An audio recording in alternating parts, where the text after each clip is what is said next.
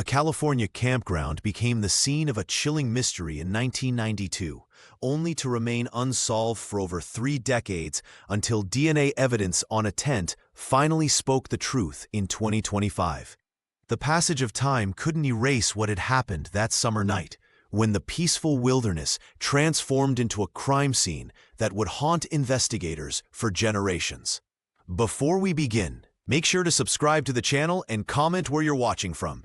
Detective James Miller's boots crunched on the forest floor as he approached the campsite, the morning dew still clinging to the towering redwoods of Humboldt County. The scene before him was eerily undisturbed.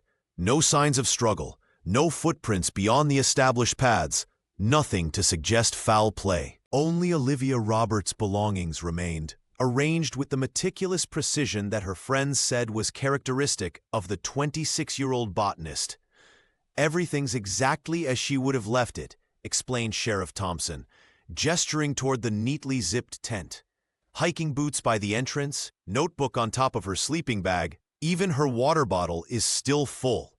The disappearance had been reported at dawn by Grace O'Donnell, Olivia's closest friend and camping companion. Now Grace sat wrapped in a blanket at a nearby picnic table, her eyes red-rimmed from crying, hands trembling as she clutched a steaming cup provided by one of the park rangers. "I should have said something," she whispered when Detective Miller sat across from her. "I saw someone watching us yesterday evening, just before sunset. A man standing between the trees, but I didn't want to worry Olivia. She was so excited about finding some rare lichen species." Within hours, Redwood National Park transformed into a hive of activity. Volunteer search parties formed lines that stretched through the misty undergrowth, calling Olivia's name until their voices grew hoarse. Park rangers coordinated with local law enforcement, marking quadrants on maps spread across the hood of a police vehicle.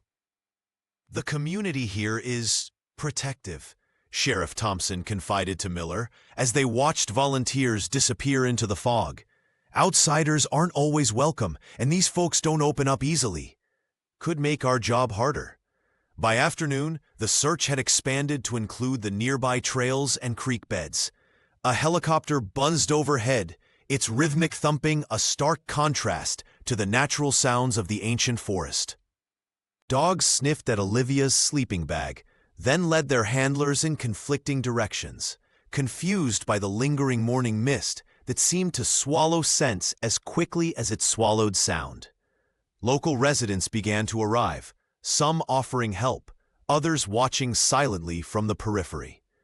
Their whispered conversations fell silent whenever officers approached.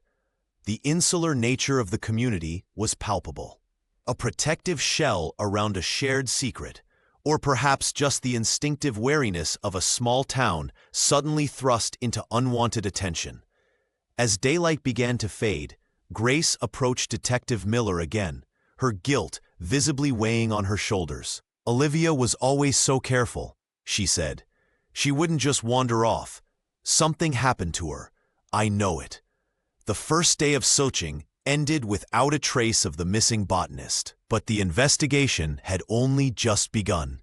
And as the team packed up their equipment for the night, the first rays of suspicion were already falling on the quiet community surrounding the park. The first 48 hours after Olivia Roberts' disappearance set the tone for an investigation hampered by technological limitations. Detective James Wilkins, the lead investigator in 1992, arrived at the Redwood National Park campground with his team carrying notepads and cameras, tools that would seem primitive by today's standards. "We had no cell towers, no GPS trackers, no digital databases," Wilkins recalls, his weathered face illuminated by the documentary's soft lighting. "Everything was documented by hand, every lead tracked on paper. We were essentially using the same methods as detectives from the 1950s. The forensics team approached Olivia's tent with methodical precision. The zipper was still fastened, creating an eerie tableau of normalcy.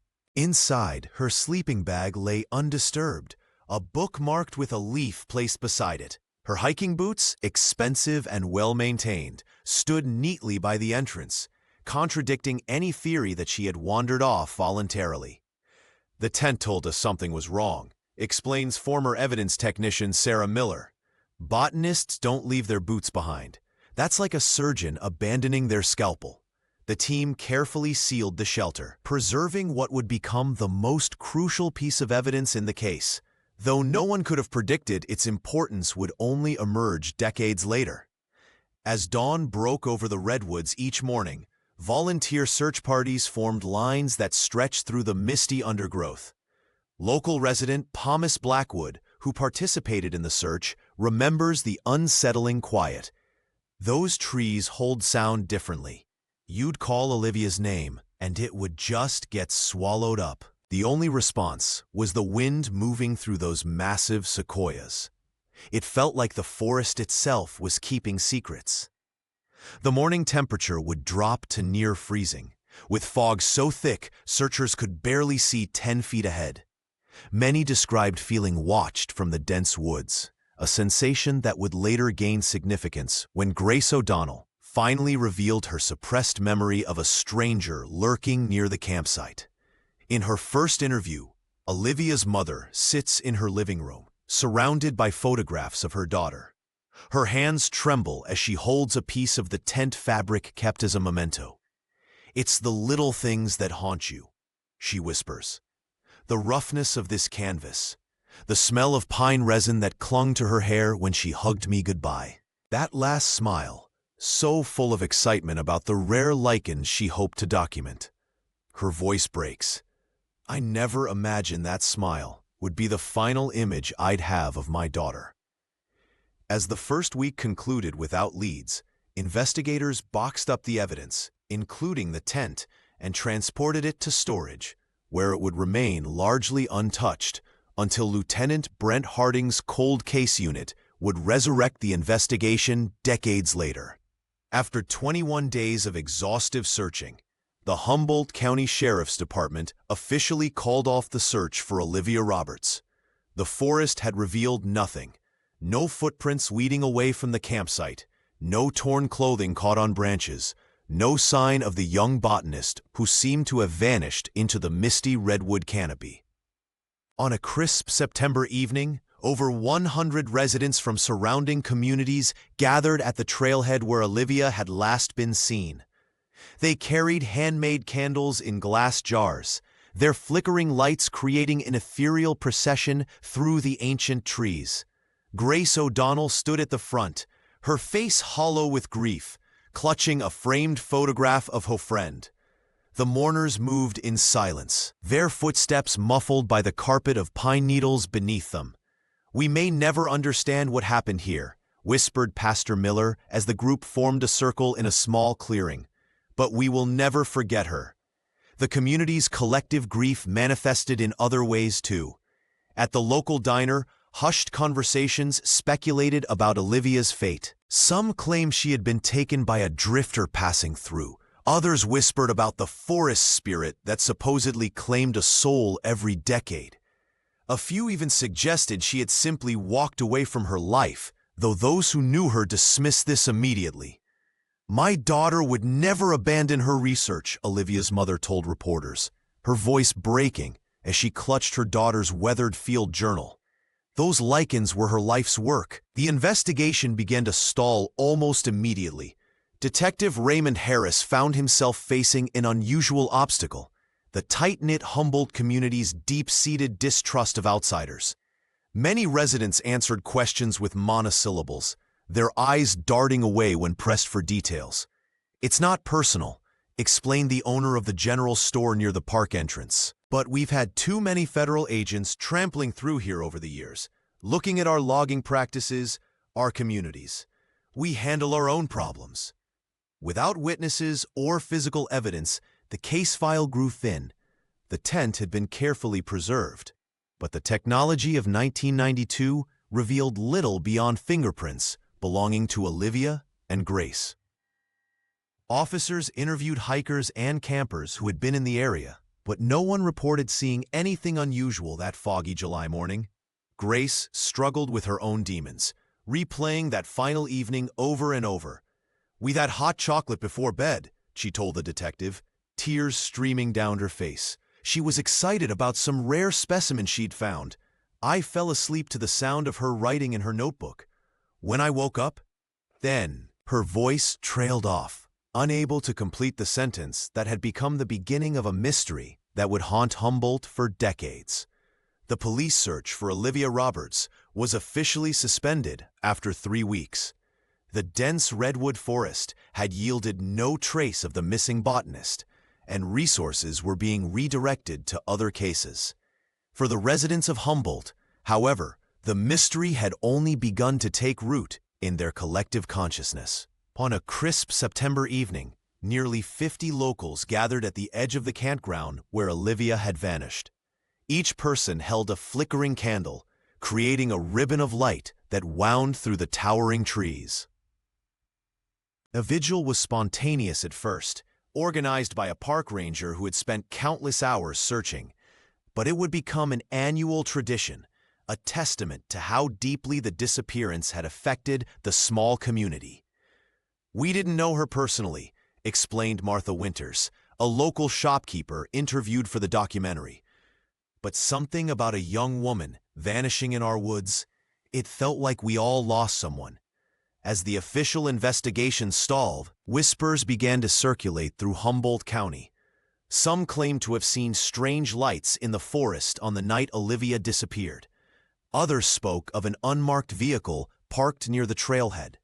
The lack of concrete evidence created a vacuum that rumors quickly filled. Sheriff Deputy Alan Reynolds, now retired, admitted the investigation faced unique challenges. "Back then, we had no cell phone tracking, no social media to spread information quickly. Just good old-fashioned police work, which only gets you so far when the forest decides to keep its secrets." The documentary shows archival footage of early search parties, volunteers with flashlights calling Olivia's name, their voices swallowed by the vastness of the redwoods. These images dissolve into later interviews with the same searchers, now older, still haunted by questions. Perhaps most telling was the community's growing distrust of outsiders. When FBI agents arrived to assist, they encountered reluctance from locals who preferred to handle the search themselves. This insular response complicated efforts to gather information and follow potential leads. "People here have always been protective of the forest and suspicious of authority," explained Reynolds. "We had witnesses who wouldn't talk to anyone they didn't know personally. By winter, the case had grown cold. No body, no crime scene, no suspects. The missing person posters featuring Olivia's smiling face began to fade and curl at the edges, much like the public's attention.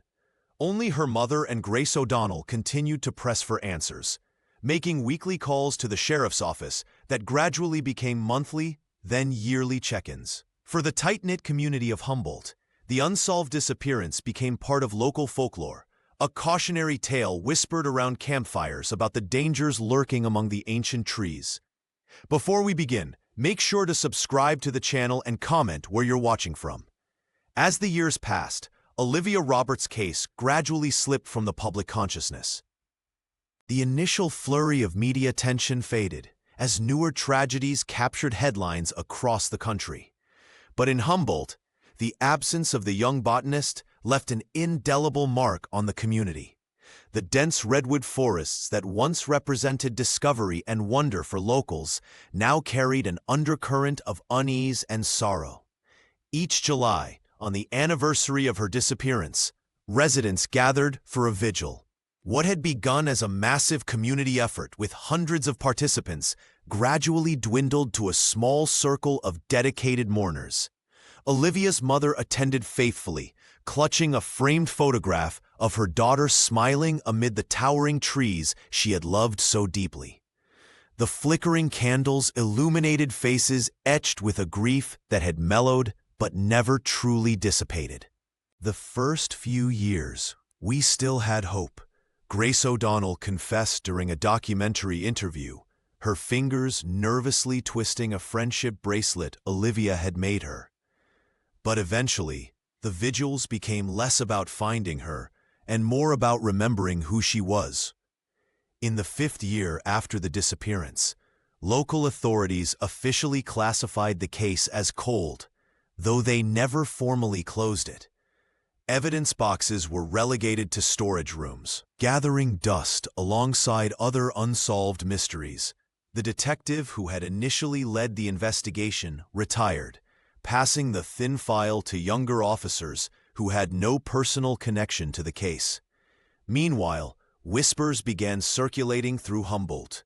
Frank Simmons, a park ranger who had retired to a small cabin on the outskirts of town, finally spoke about what he had seen that night. "I noticed a man hanging around the trailhead near dusk," he admitted, his weathered face creased with regret. "He seemed out of place, not dressed for hiking, just watching. I reported it, but they said it wasn't specific enough to follow up on." The ranger's revelation, dismissed 20 years earlier as vague and unreliable, now spread through the community like wildfire. Some residents claimed they too had seen a stranger that summer, while others insisted the ranger was simply trying to insert himself into the narrative after years of insignificance. For Olivia's mother, these whispers represented both hope and torment. Each new rumor sent her searching through her daughter's belongings again, looking for connections she might have missed. During one such search, she discovered a small notebook wedged behind Olivia's bookshelf, its pages filled with observations, not about plants, but about a feeling of being watched during her final weeks. "I should have known something was wrong," she told a local reporter, her voice barely audible. She was always so careful, so aware of her surroundings. If Olivia felt threatened, there was a reason. The notebook joined the collection of evidence, too circumstantial to act upon, but too significant to ignore. Another piece of a puzzle that remained frustratingly incomplete as the years continued to pass. The case grows cold as the years tick by. New tragedies and scandals push Olivia Roberts' story out of the headlines, but in Humboldt, her absence leaves a mark. The annual vigils become smaller, more private, as hope gives way to ritual remembrance.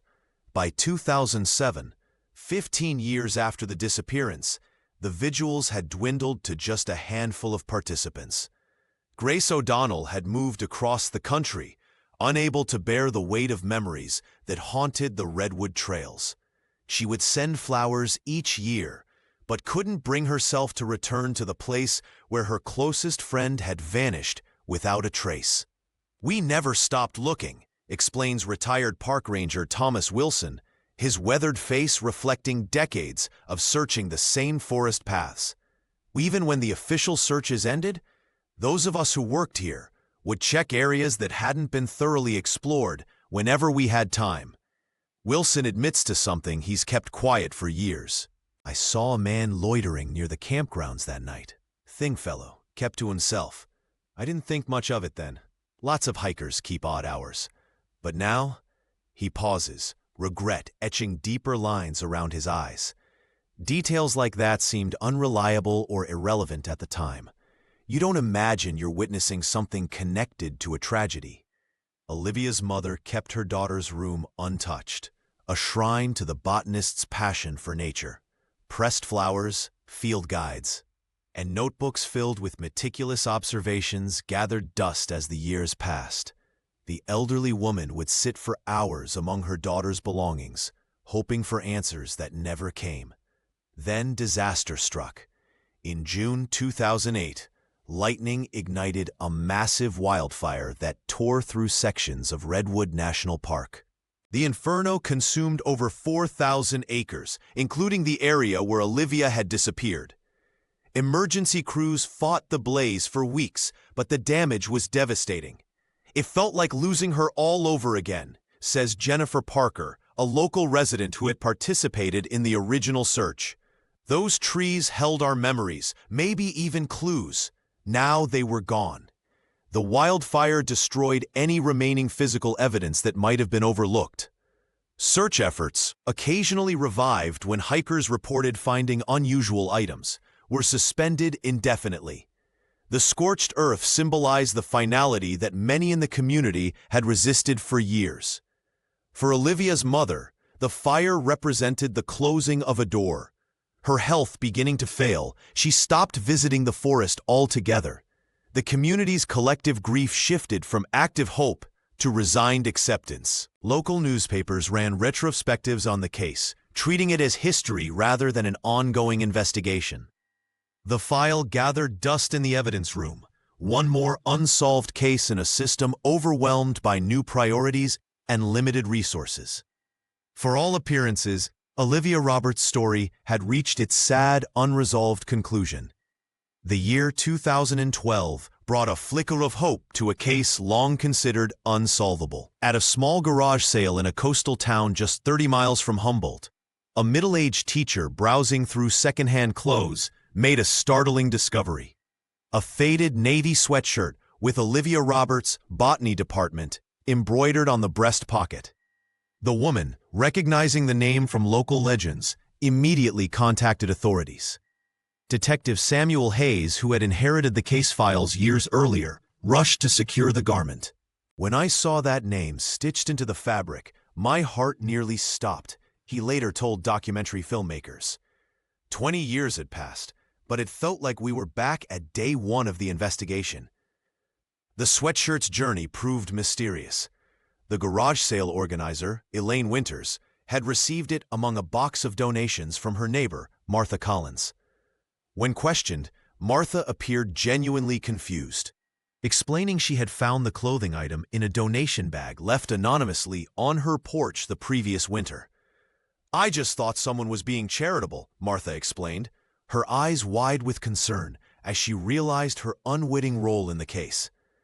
"If I had known what it was, I would have called the police immediately." Investigators established a timeline for the garment.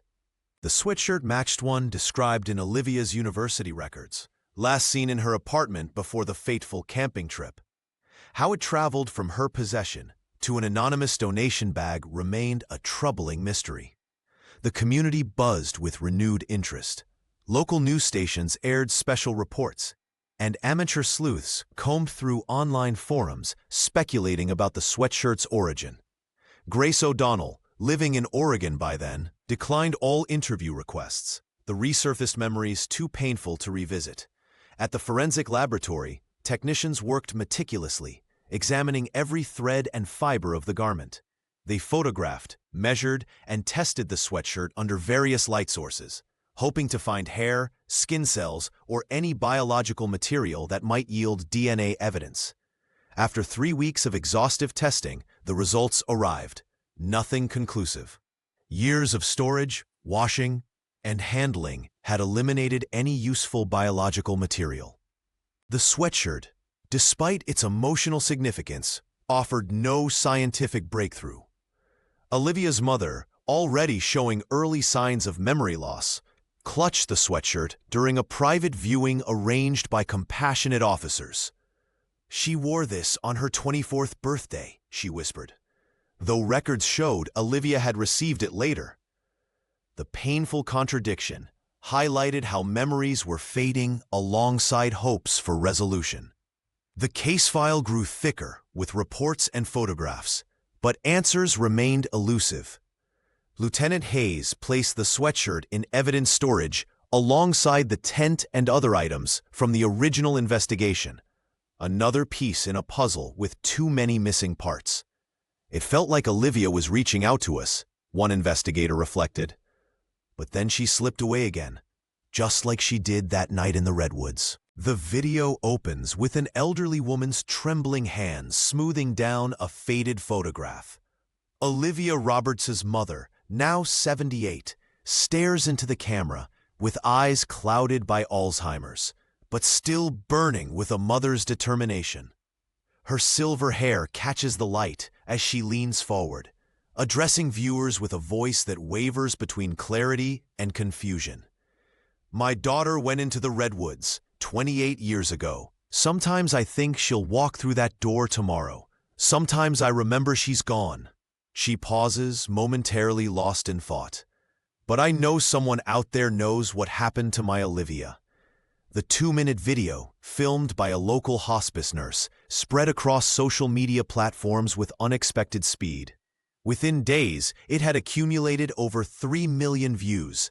The hashtag #FindOliviaRoberts trending nationwide. The raw honesty of a mother's plea, even as her own memory slipped away, touched something universal in viewers. "I watched it 17 times, admits Grace O'Donnell during her interview. The former camping companion, now living in Oregon, had spent decades avoiding cameras and journalists. Seeing her mother like that, it broke something open inside me. Grace's eyes dart away from the camera, the weight of unspoken guilt still evident in her posture. The viral moment sparked a flurry of renewed interest. Amateur sleuths combed through digitized newspaper archives. Local Humboldt residents, who had been children during the original search, shared family stories on online forums. 3 true crime podcasts launched special episodes dedicated to the case. More significantly, a petition calling for the Humboldt County Sheriff's Department to reopen the investigation gathered over 50,000 signatures. Local news outlets picked up the story, running features that contrasted archival footage of the original search with the current state of the aging evidence. The public response was overwhelming, explains Sheriff Deputy Marla Jennings. "We received hundreds of tips. Most led nowhere, but the pressure to take another look was impossible to ignore." The documentary shows a meeting room where officials debate allocating resources to a nearly 3-decade-old case. Budget constraints and skepticism are evident in their expressions, but the viral video plays on a screen behind them. Olivia's mother's face a silent rebuke to inaction. "I don't always remember her name now," the elderly woman confesses in the video's most heartbreaking moment. "But I remember her laugh. I remember waiting by the phone. I remember the forest took her." She looks directly into the camera, momentarily lucid. "Please, before I forget everything, help me find my daughter. Before we begin, make sure to subscribe to the channel and comment where you're watching from." January 2025 marked a turning point in the decades-old mystery of Olivia Roberts. The newly formed cold case unit in Humboldt County brought fresh hope to a case that had haunted the redwood forests for over 30 years. At the helm stood Lieutenant Brent Harding, a man whose stern expression masked a deeply personal connection to the work. "Some cases stay with you," Harding explained to the documentary crew, his eyes fixed on the wall of unsolved cases. "My brother disappeared in '86. No trace, no closure, just questions that never stop." The lieutenant's own tragedy had occurred under eerily similar circumstances. A camping trip, a morning absence, a community forever changed. The parallels weren't lost on the department when they assigned him to review Olivia's case. His reputation for methodical, almost obsessive attention to detail made him the natural choice.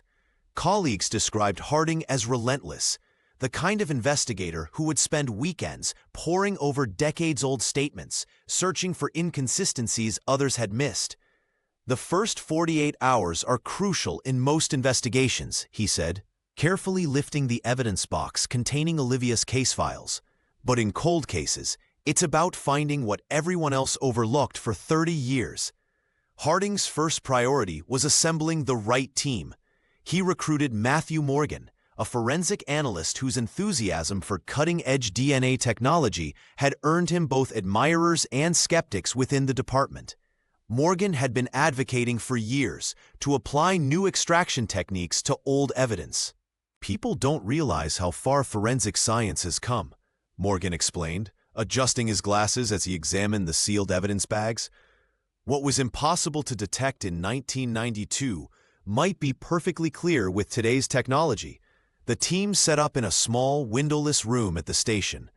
Walls soon covered with timelines, photographs, and maps of the Redwood National Park. At the center of it all sat the carefully preserved tent, Olivia's last known location, sealed in evidence storage since the summer of 1992. "This is where we start," Harding told his team, carefully opening the evidence container. "Everything we need to know is here. We just haven't asked the right questions yet." As Morgan began his meticulous examination of the tent fabric and zipper, Harding immersed himself in witness statements and the original investigation notes. The lieutenant's desk quickly filled with yellow legal pads covered in his precise handwriting, connecting threads that had remained separate for decades. "Cold cases aren't solved with grand revelations," Harding remarked, his voice low. "They break open with whispers, little inconsistencies that finally get heard." He tapped a photograph of the campsite, his expression hardening with determination. "Someone knows what happened to Olivia Roberts, and this time, we're gonna find them." Matthew Morgan hunched over the laboratory table, his eyes fixed on the 33-year-old tent that once sheltered Olivia Roberts. The forensic analyst's fingers, protected by latex gloves, moved with surgical precision as he examined the zipper tooth by tooth. The evidence had been meticulously preserved since 1992, sealed away in climate-controlled storage, a time capsule of tragedy. "There's something here," Morgan whispered, more to himself than to Lieutenant Brent Harding, who stood watching from the doorway. Previous teams missed it. Using a specialized swab, he carefully collected what appeared to be microscopic biological material lodged in a crevice of the metal. Harding approached, his expression a mixture of hope and skepticism. The lieutenant had seen too many promising leads evaporate over his career, but the disappearance of Olivia resonated with him in ways his colleagues couldn't understand. The parallels to his brother's vanishing in the 80s were impossible to ignore. "How confident are you?" Harding asked, his voice deliberately measured. Morgan placed the sample into a sterile container. "New techniques can extract DNA profiles from samples 1,000 times smaller than what we could process even 5 years ago. If there's anything here, we'll find it." The following day, the forensic team gathered around advanced sequencing equipment. The machine hummed quietly, processing what might be the most significant breakthrough in the case since Olivia walked into the redwoods and never returned. The district attorney called again, Harding informed Morgan as they waited. "She's concerned we're wasting resources on partial DNA that might not hold up in court." Morgan's jaw tightened. "Tell her that science has come a long way since 1992. What was once inadmissible might now be the key to everything." The pressure from prosecutors wasn't the only obstacle. Institutional memory within the department had categorized Olivia's case as essentially unsolvable.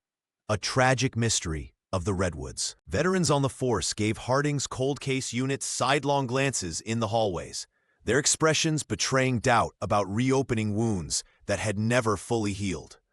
"My brother disappeared when I was 14, Harding said suddenly, breaking the silence. "No one ever found him, not a trace." Morgan looked up, surprised by the personal revelation. "That's why this matters," the lieutenant continued. "Every cold case is someone's daily agony."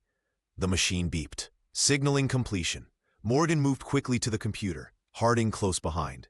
On the screen, a partial DNA profile emerged, fragmented but potentially usable.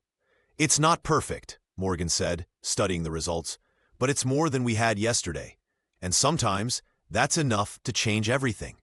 Harding nodded, already planning their next steps. For Olivia's mother, for Grace O'Donnell, for the community that still held annual vigils, they would push forward, despite the skepticism, despite the odds. While Matthew Morgan meticulously processed the DNA sample in the lab, Lieutenant Brent Harding immersed himself in the dusty boxes of evidence that had followed Olivia Roberts' case for over 3 decades. The yellowed witness statements and faded photographs told a story of initial urgency that gradually faded into resignation. Each document represented a thread of possibility that had ultimately led nowhere. Harding's attention kept returning to Grace O'Donnell's original statement. Something about her account seemed incomplete, as if she'd been holding back. After tracking her down to her current home in Oregon, he made the call, uncertain if she would even answer. "Ms. O'Donnell? This is Lieutenant Harding from Humboldt County Cold Case Unit." The silence on the other end lasted so long he thought she might have hung up. When Grace finally spoke, her voice carried the weight of decades of unresolved grief. "I saw the news reports. "You're looking into Olivia's case again." She initially refused to revisit the past, explaining how she'd spent years in therapy trying to move beyond the trauma. But when Harding mentioned the new forensic techniques and his personal commitment to finding answers, something shifted in her resistance. 3 days later, Grace sat across from Harding in a borrowed interview room, her hands trembling as she clutched a tissue. The years had etched fine lines around her eyes, but the pain reflected in them remained as fresh as it had been in 1992. "I've never told anyone this," she whispered, tears welling up. "The night before Olivia disappeared, I saw someone, a man, watching our campsite from the tree line." Harding leaned forward, careful to keep his expression neutral despite the surge of adrenaline. "Can you describe him?" "Average height, dark jacket. He was just standing there. I told myself he was probably another camper, but something felt wrong." Grace's voice broke. "I should have sent something to Olivia. I should have insisted we leave." "Why didn't you mention this before?" Harding asked gently. "I was scared, confused, and then ashamed. What if I could have prevented whatever happened to her?" The tears flowed freely now. "For years I convinced myself I'd imagined it. It was easier than living with the guilt." Grace provided details she'd suppressed for decades. The man's distinctive gait, a baseball cap pulled low, how he'd seemed to be taking notes or photographs. Details that aligned with entries in Olivia's recovered diary. As Harding drove back to headquarters, he felt the first genuine stirring of hope. The suppressed witness account created a new timeline, a new angle to pursue. In the evidence room, Morgan waited with his own breakthrough. Unaware that the case had just shifted dramatically in their favor, the DNA results came back with a hit that left the entire cold case unit stunned. Matthew Morgan burst into Lieutenant Brent Harding's office, clutching the printout with trembling hands. "We got a match," Matthew announced, his voice barely containing his excitement. A partial profile from the tent zipper matched an entry in CODIS. The database was updated last year after that technical reclassification, which is why it never showed up before. Brent Harding leaned forward, his eyes scanning the report. The name Trevor Davis stared back at him. For 33 years, this name had remained hidden, a ghost lurking in the shadows of their investigation. "Who is he?" Harding asked, already reaching for his computer. The forensic analyst explained that Davis had been a volunteer at an environmental youth program in 1991. Records showed Olivia Roberts had attended the same event as a guest botanist, giving presentations on lichen preservation to teenagers. "That's our connection," Harding muttered, the pieces finally beginning to align. The team worked through the night, pulling every record they could find on Trevor Davis. His history revealed a pattern that sent chills down their spines. Minor offenses that never amounted to much, but showed a disturbing pattern. Trespassing, vandalism, always dismissed or pleaded down to nothing. More disturbing was his employment history, a string of transient jobs in remote areas, park maintenance, forestry work, seasonal positions at campgrounds across 3 states. Always near wilderness, always temporary. The following morning, while reviewing the original evidence boxes, a junior officer made another discovery. The park's visitor log from July 1992 contained an entry simply marked T. Davis, incomplete and overlooked for decades. "How did we miss this?" Harding asked, staring at the faded signature. The answer was painfully simple. In 1992, without computerized records, without the context they now had, a partial name meant nothing. It was just one of dozens of visitors who had passed through the park that week. "He was hiding in plain sight," Matthew said, carefully photographing the logbook. "The DNA doesn't lie. He was there." As they built their case file on Davis, another pattern emerged. He never stayed anywhere longer than 18 months. Always drifting, always moving on just as people began to notice him. His current whereabouts were unknown. His last known address, a small apartment near the Oregon border, vacated 6 months earlier. "We need to find him," Harding said, pinning Davis's driver's license photo to the investigation board. And we need to understand why Olivia Roberts crossed paths with him that night. The lieutenant stared at the photo, wondering what secrets this man had carried for more than 3 decades, and what had finally brought his name to light after all this time. The investigation took an unexpected turn when Lieutenant Brent Harding's team uncovered a startling connection. Archival footage showed a tearful woman in her 50s, identified as Elaine Davis, Trevor Davis's sister, being interviewed in her modest living room. "I found it in a box of Trevor's things when he moved out," Elaine explained, nervously twisting a tissue in her hands. "It was just a sweatshirt with someone's name on it. I thought maybe it was from one of those environmental camps where he volunteered. I never imagined." Her voice trailed off as the gravity of her unwitting role in the case sank in. The sweatshirt, once dismissed as a dead end, now formed a crucial link in the evidence chain. Matthew Morgan meticulously documented how the garment had traveled from Trevor's possession to his sister's donation pile, then to the garage sale where it was discovered in 2012. "It's like following breadcrumbs through time," Morgan explained, arranging photographs on a timeline board. "Each piece means little in isolation, but together they tell a compelling story." The documentary cut to footage of Redwood National Park, where retired ranger Samuel Wilson walked the same trails he had patrolled for 30 years. The 70-year-old man stopped at a particular bend in the path, his weathered face troubled by memory. "I saw him here just before sunset," Wilson recalled, pointing to a spot among the towering trees. Davis was standing off-trail, watching the campground through binoculars. "When I approached, he claimed to be bird-watching, but there was something off about him. No notebook, no field guide, just watching." Wilson's testimony carried the weight of professional observation, though he admitted with visible regret that he hadn't reported the encounter at the time. "In 1992, we had dozens of hikers daily, without anything concrete to go on. I just logged it and moved on." The documentary showed Harding and his team connecting these testimonies with physical evidence. The CODIS database match, the visitor log entry, the sweatshirt, and now the ranger's account, individually circumstantial, collectively damning. "It's like a mosaic," Harding explained, standing before an evidence board covered with photos, statements, and red connecting threads. "From far away, you just see fragments. Step back, and suddenly the picture becomes clear." As the case against Trevor Davis solidified, the team faced a sobering reality. They were building a case against a man who had lived freely for over 3 decades, while Olivia Roberts' family had endured years of uncertainty and grief. "The evidence doesn't lie," Morgan stated firmly, holding up the DNA results, "and neither do these connections. They all point to one person."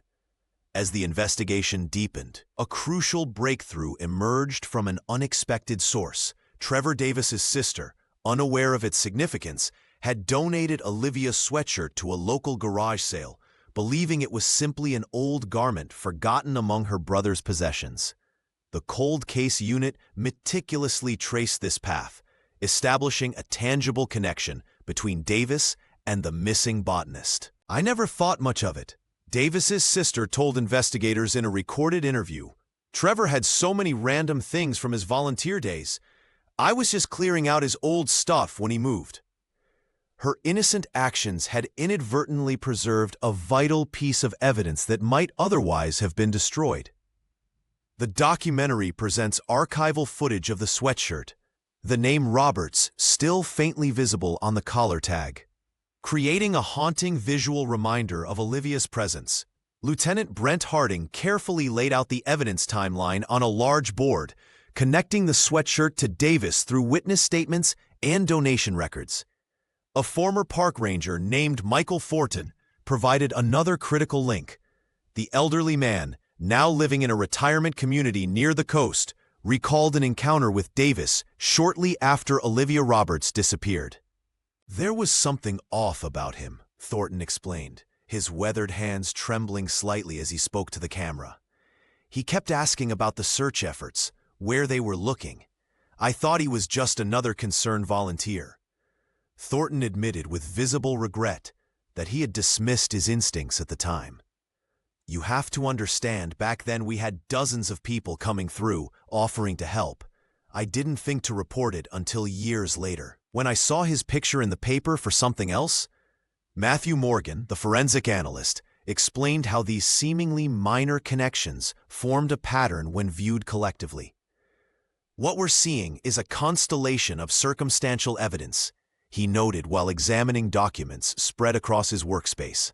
Individually, these points might not mean much, but together they tell a compelling story. The documentary shows Harding interviewing former colleagues of Davis, who described him as quiet and keeping to himself. One mentioned Davis's habit of collecting memorabilia from places he visited, a detail that took on sinister implications in light of the sweatshirt discovery. Grace O'Donnell, contacted by phone from her home out of state, provided additional context. Olivia mentioned someone watching her during the environmental event the year before, she said. Her voice barely audible. I told her she was being paranoid. The regret in her voice was palpable as the screen showed photographs of the youth event where both Olivia and Davis had been present. As these connections solidified, the weight of evidence began to form a subtle but unmistakable web around Trevor Davis, turning what had once been dismissed coincidences into a pattern that demanded answers. Lieutenant Brent Harding slammed his fist on the desk, scattering the carefully arranged evidence photos. The DNA match was there, partial but compelling. Yet the Humboldt County prosecutors remained unmoved. Circumstantial at best, the district attorney had told him that morning. A 33-year-old case needs more than a partial profile and coincidental timing. Harding paced the small conference room where his cold case unit had spent countless hours piecing together Olivia Roberts' final moments. The walls were covered with timeline charts, photographs of the campground, and maps of Redwood National Park marked with search patterns from 1992.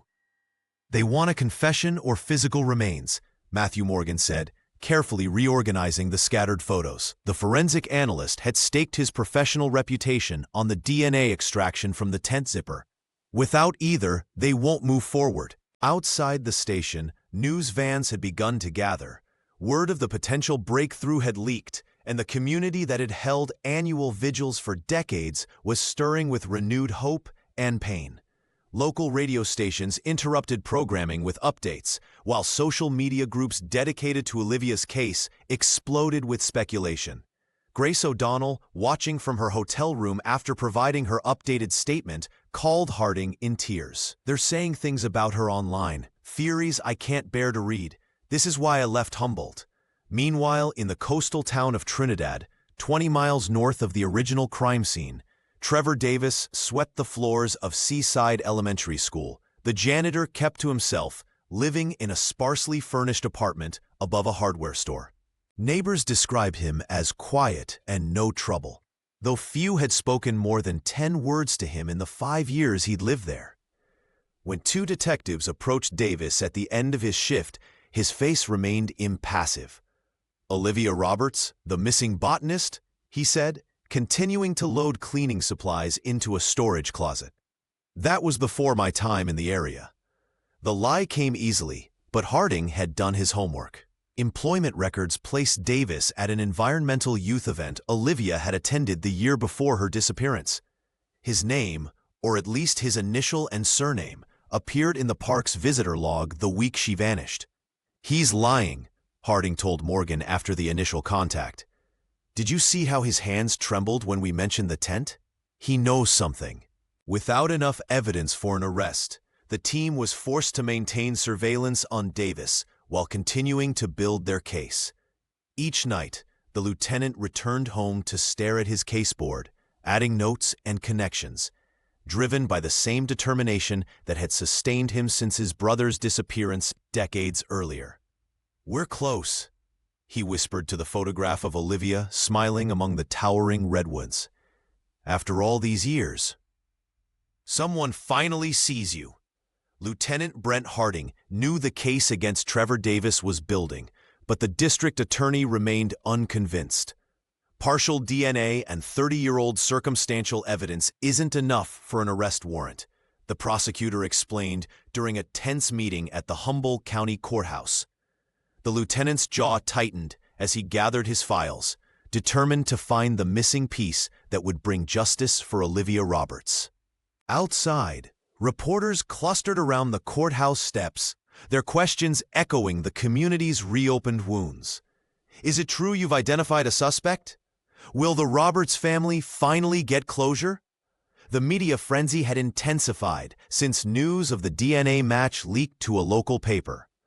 Back at the station, Matthew Morgan reviewed the evidence board they'd assembled. "We know Davis was there," the forensic analyst insisted, pointing to the visitor log entry. "His DNA is on the tent zipper. What more do they need?" Harding paced the small office, mind racing. "We need to approach this differently," he said finally. "Psychological pressure might be our best tool now." The next day, Harding arranged a seemingly casual encounter with Davis outside the Coastal convenience store where the man bought his morning coffee. Trevor Davis had aged into a gaunt, weathered figure who kept his eyes downcast as he moved through his solitary routines. "We're declaring Olivia permanently missing next month," Harding mentioned conversationally, noting how Davis's hand trembled slightly around his coffee cup. "Her mother wants closure before her Alzheimer's progresses further. There'll be a garden dedicated to Olivia's memory near the old campsite." Davis's face paled visibly. "Why tell me this?" "Just thought you might want to attend," Harding replied. "Given your connection to the park back then. We'll be conducting new ground searches too. Modern equipment can detect disturbances in soil composition even decades later." The janitor mumbled something unintelligible before hurrying away, his unease palpable in the morning air. That afternoon, an evidence technician made a breakthrough while reorganizing cold case files. An envelope postmarked 1993, previously dismissed as a cruel hoax, resurfaced. Inside was a single sheet of paper with the handwritten words, "She saw too much." Morgan compared the handwriting to a job application Davis had completed at the park in 1991. "It's a match," he confirmed, excitement building in his voice. "The letter formations, the pressure points, this is our guy." Harding stared at the chilling message, the final piece clicking into place. Olivia had been documenting rare lichens, but perhaps she documented something else, or someone else, in those woods. Someone who couldn't risk being seen. The lieutenant reached for his phone. "Get me the DA," he said firmly. "Tell him we've got our missing link." The weight of evidence had become impossible to ignore. Lieutenant Brent Harding and Matthew Morgan, armed with the anonymous letter, DNA profile, and witness testimonies, secure the formal interrogation with Trevor Davis. The community of Humboldt rallied behind them, with many residents holding a silent vigil outside the police station as the confrontation unfolded. Inside the sterile interview room, Davis sat with slumped shoulders, his weathered hands fidgeting on the metal table. The janitor had maintained his innocence for weeks, but Harding could see the cracks forming in his facade. "We're building the memorial garden next month," Harding said calmly, sliding photographs across the table. "Right near where Olivia disappeared. The excavation team will be digging quite deep." Davis's eyes darted to the images, then away. A thin sheen of sweat appeared on his forehead. Morgan carefully placed the evidence bag containing the anonymous envelope on the table. "Your handwriting, Trevor. She saw too much. What did Olivia see?" The room fell silent, except for the soft hum of the recording equipment. Davis stared at the envelope, his breathing becoming shallow and rapid. "It was an accident," he finally whispered, the words hanging in the air like smoke. "I never meant to hurt her." The confession spilled out in fragments, how he'd been camping nearby, collecting rare plant specimens without permits, how Olivia had stumbled upon him harvesting protected species in the middle of the night, their confrontation, his panic when she threatened to report him. "I just wanted to scare her," Davis said, his voice breaking. "I followed her back to her tent. We argued. She fell, hit her head on a rock. I panicked. Harding remained composed, despite the adrenaline coursing through him. And afterward? I carried her deep into the forest, Davis admitted, where nobody would find her. I've lived with it every day since. Outside the interview room, Grace O'Donnell waited with Olivia's mother, now frail and confused, but somehow sensing the significance of this moment. When Harding emerged with the news of Davis's confession, the elderly woman closed her eyes, tears streaming down her wrinkled cheeks. "My Olivia," she whispered, "my girl." For Grace, the confession brought a complicated catharsis. The guilt she had carried for 33 years, for not speaking up sooner about the stranger she'd glimpsed, began to lift, replaced by a profound sadness for what could have been. The recorded confession would provide the final piece needed for prosecution. As Davis was led away in handcuffs, the decades-old mystery that had haunted Humboldt finally found its resolution, not in the dramatic circumstances many had imagined, but in a moment of fear, a tragic accident, and a coward's desperate attempt to hide the truth. The Humboldt County Courthouse steps became the backdrop for a somber press conference as Lieutenant Brent Harding announced the arrest of Trevor Davis. News cameras captured the moment, their flashes illuminating the faces of a community that had waited 33 years for this day. Behind the stoic expression of the lieutenant, one could sense the weight lifting from his shoulders. "Today we can finally provide answers to Olivia Roberts' family," Harding stated, his voice steady despite the emotion of the moment. "Modern forensic techniques combined with tireless investigation have allowed us to bring closure to a case that has haunted this community for generations." The confession had come after 8 hours of interrogation. Davis, confronted with the DNA evidence from the tent zipper and the damning letter in his handwriting, finally broke down. Matthew Morgan watched from behind the two-way mirror as the man described a chance encounter with Olivia that escalated into an argument when she caught him stealing equipment from nearby campsites. "She threatened to report me," Davis had mumbled, his eyes fixed on the table. "I just wanted to scare her into keeping quiet. I never meant for her to fall." The revelation that Olivia had died from a head injury after being pushed against a tree brought a complex wave of emotions to those who had spent decades wondering. For her mother, now in assisted living and barely recognizing the faces of those who brought her the news, there was a fleeting moment of clarity amid her Alzheimer's fog. "My Olivia," she had whispered, touching the photograph the officers brought. "I always knew she wouldn't leave without saying goodbye." The cold case unit received commendations from the FBI and state authorities, with special recognition for Morgan's innovative application of touch DNA techniques. Local newspapers ran front-page stories celebrating the breakthrough, interviewing former investigators who had carried the burden of the unsolved case throughout their careers. For Grace O'Donnell, the news arrived via a phone call that left her sobbing on her kitchen floor 3 states away.